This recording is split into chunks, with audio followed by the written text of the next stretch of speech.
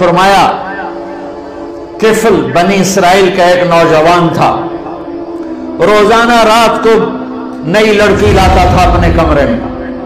ایک رات ایک لڑکی کو 60 دینار میں لے کر آیا۔ 60 دینار لاکھوں روپیہ بنتا ہے آج کا۔ دروازہ بند کیا، اس کو مڑ کر دیکھا، وہ رو رہی تھی۔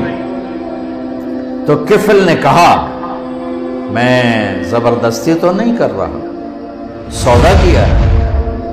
اس نے روتے ہوئے کہا کفل عزت دار ہوں، پیشہ ور نہیں ہوں، غربت نے یہاں تک پہنچایا ہے کہ عزت بیچنے پہ مجبور ہو گئی۔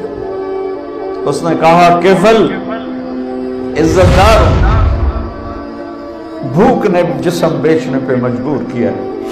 تو کفل رونے لگا، کہنے لگا میری بہن جس عزت سے آئی تھی اسی عزت کے ساتھ چلی جا، اور میرے لیے دعا کرتے، میں بہت غریبہ انسان،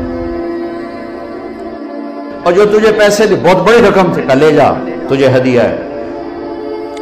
جب صبح ہوئی وہ گھر پہنچی، کفل مر گیا، اچانک مر گیا، اور یہ اتنا گندا انسان تھا کہ کل اس کی میت کو دیکھ کر کوئی اسے کندھا دینے نہ آتا، کوئی اس کا جنازہ پڑھنے نہ آتا۔ کفل کے پیچھے تو موسیٰ علیہ السلام ہیں، میرے آپ کے پیچھے تو محمد مصطفیٰ ہیں۔ صبح ہوئی وہ توبہ کر کے مرا، اس کی توبہ کی عمر 10 منٹ 15 منٹ، آدھا گھنٹہ، 1 گھنٹہ، 2 گھنٹے میکسیمم۔ ساری زندگی گناہوں کی تاریک رات ہے، رواں رواں داغدار ہے، اور آدھے گھنٹے کی 1 گھنٹے کی توبہ ہے۔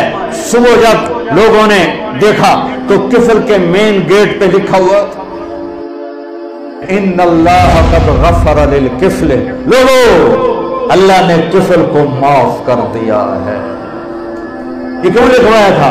یہ اس لیے لکھوایا تھا کہ ہم کفل کو معاف کر چکے ہیں، جاؤ اس کے غسل میں، دفن میں، جنازے میں شرکت کرو، عزت کے ساتھ ہمارے پاس پہنچاؤ۔ یہ میرا اللہ ہے، یہ میرا اللہ ہے، یہ میرا اللہ ہے، رحیم و کریم۔